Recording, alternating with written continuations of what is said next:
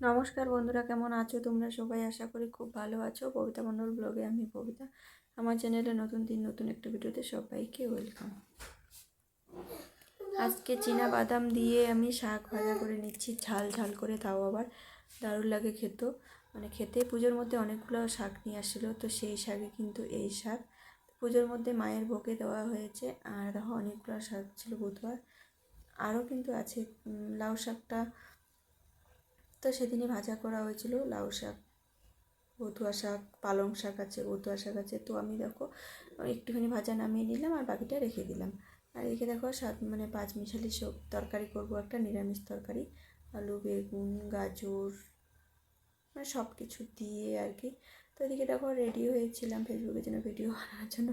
সেরকমভাবে ভিডিও বানাই না, তো সামনের চুলগুলোকে একটু এলোমেলো করে দিলাম। আর এবার যাবো রসুন বুনতে। রসুন বোনা হয়ে গেছে আমাদের, রসুন বোনা তোমরা দেখেছোই। তো একটুখানি বাকি ছিল, সেটাই কিন্তু রাজকে বলছি নাঙ্গল টানতে। তো নাঙ্গলটা এনে দিতে বলতেছি, তার জন্য ওকে বললাম একটু নাঙ্গলটা নিয়ে চল, তারপরে বুনে দিয়ে আমি যেটুকু বাকি থাকে। তো এবার না আমাদের রসুন নষ্ট হওয়াতে রসুন শর্ট হয়ে গেছে। দেখো সারা বছর রসুন খাইও কিন্তু আমরা ওই রসুনই বুনি, একদমই শর্ট পড়ে না। এবার কিন্তু কিনে এনে হয়তো বুনতে লাগবে। এদিকে ছেলের জন্য দাঁড়িয়ে আছি আমি, উঠোনের মধ্যে রসুন বুনতে যাব। আর এদিকে ও দেখো রেডি হয়ে পালাচ্ছে, খেলতে যাবে। বিকাল হয়ে গেছে, বিকাল 4টা বাজতে না বাজতে কিন্তু ওকে আর ঘরে রাখা যায় না। এরকম এটা অভ্যাস। আর যেহেতু এখন স্কুল নেই, তো স্কুল বন্ধ, যাই হোক এই সময়টা অত আমি চাপ দিই না। তার কারণ কয়দিন পরে কিন্তু 24 তারিখে রেজাল্ট দিবে, রেজাল্ট দেওয়ার পরেই কিন্তু পড়াশোনা স্টার্ট আবারও সারা বছরের। তো তো যাই হোক এইটুকুনি সময় কিন্তু ওদের বেশি চাপ দিই না আমি। তো প্রতিদিনই খেলতে যায়, এমনিতেও ও খেলতে যায়।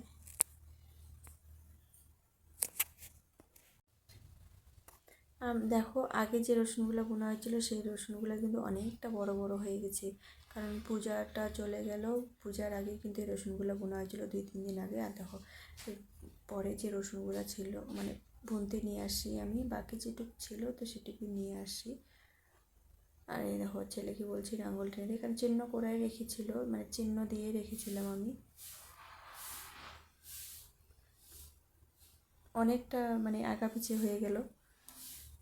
দেখো আরও কতটা জায়গা কিন্তু বাকি আছে। ছেলেকে দিয়ে বলছি নাঙ্গল টানতে, আর আমি বাকিটুকু বুনে দিব।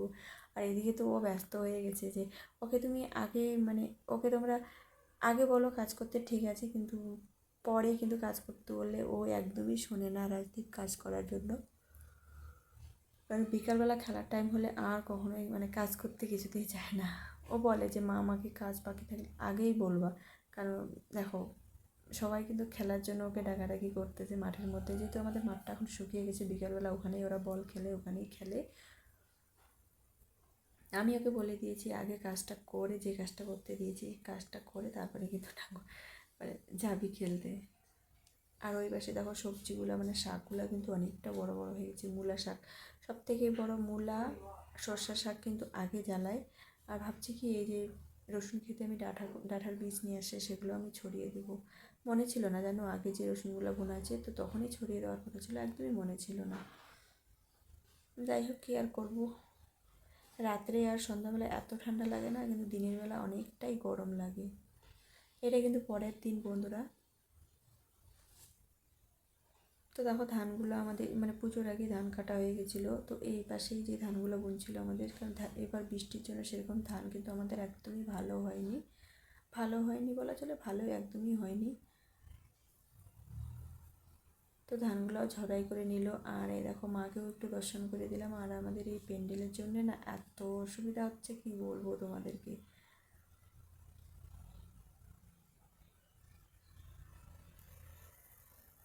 তো কিছু কাপড় ছিল ওইদিকে মেশিনে করে ধানগুলো ঝাড়াই করতেছে। ওই বেশি না, আমার এই 10 থেকে 20 মিনিট সময় হয়তো লেগেছে। আর আমি এদিকে স্নান দান করে নিয়েছি ঠান্ডা রোদের মধ্যে। আর এই শীতকাল মানেই কিন্তু সকাল সকাল ঠান্ডা, চান না করলে একদমই ভালো লাগে না।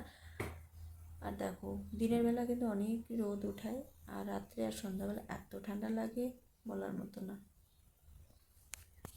তো বন্ধুরা আজকের মতো টাটা, এই পর্যন্ত। কেমন লাগলো ভিডিওটা? ভালো লাগলে অবশ্যই পাশে থেকো। টাটা সবাই।